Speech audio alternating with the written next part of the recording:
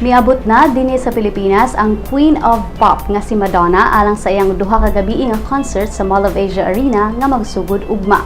Matod sa mga report, miabot si Madonna sakay ang Boeing 752 plane ug bilanding kini sa Ninoy Aquino International Airport ala 1:58 sa buntag kagahapon.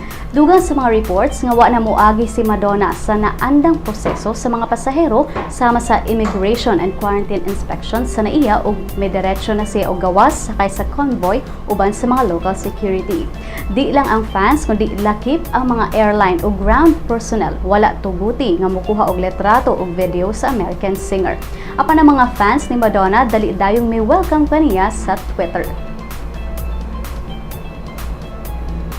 Ang concert nga parte sa Rebel Heart Tour ni Madonna mao'y pinakamahal nga concert sa Pilipinas nga adunay ticket price nga moabot sa dulan 58,000 pesos alang sa VIP seat, 52,500 pesos alang sa patron VIP, 52,000 pesos sa VIP floor, 42,000 pesos ang sa patron, 33,600 pesos ang sa lower box VIP, 29,400 pesos sa lower box, 8,400 pesos sa upper box ug ang kinabaratuhan, 3,150 pesos sa general ad.